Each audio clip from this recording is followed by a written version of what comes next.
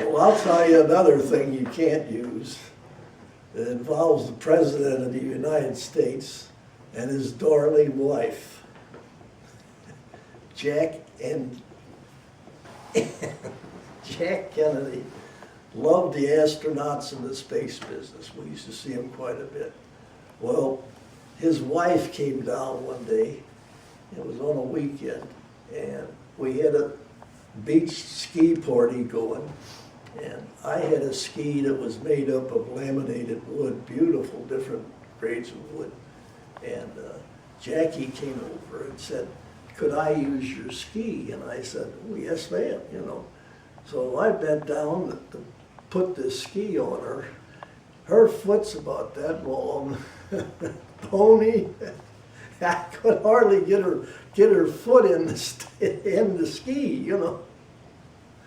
And I'm down there like a jerk trying to, you know, should I whack it in or what? And so she got it, we got all of her vital toes and things in, and she skied around a little bit. She was no ace, but, and she was a very haughty type lady. But he was great. He, you know, he cussed and talked and, you know, and he liked the astronauts. They were good friends. And here we are, got the Secret Service people out on a perimeter all the way around. It was this guy's house. He had a house right on the ocean, or on the lake, and we had all that good protection and everything.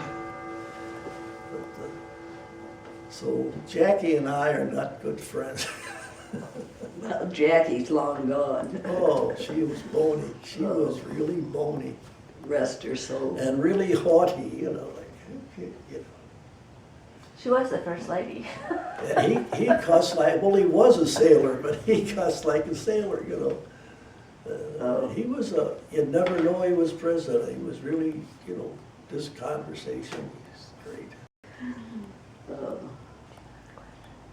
Do you have any stories about the astronauts you want to tell? Yeah. Oh, yeah.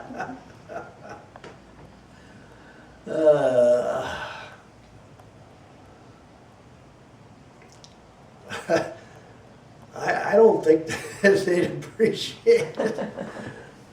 I'll tell you in plain words what Gus Grissom said at my going away party. Oh, Edward, don't say that. Don't say that. Gus Andy's got gonna show up there this. and said, "Don't write a fucking book."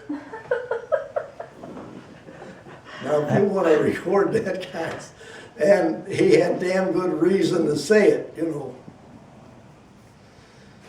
Yeah. And we had things like, we had the launch pad right there, and my office was a tin trailer sitting next to it. And so the first launch we had with Al Shepard, we had to slide him into the spacecraft. There's a little opening.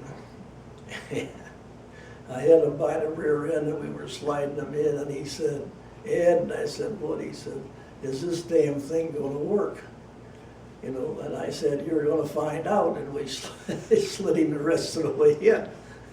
He never forgave me for that, but anyway, and it was just a lot of very serious things. And they did nice things, like I had a new Corvette, and we were up 10 stories on the Erector all the time, and I had permission to park it we were right on the beach, and it was sitting next to that little office I had, and I looked down and the car was gone. I've only had it about 2 weeks, and so I had a secretary named Patty, and I called Patty. I said, "What happened to my car?" And she said, "Oh, Gardo and Gus came down and said they could use it." And so I gave them the key. Well, going home that night, I met the meanest policeman you'd ever see, motorcycle guy. And I had to get the astronauts to vouch for me that if I wasn't driving 140 miles an hour or whatever it was, you know. So we had our commotions, but it was all very serious.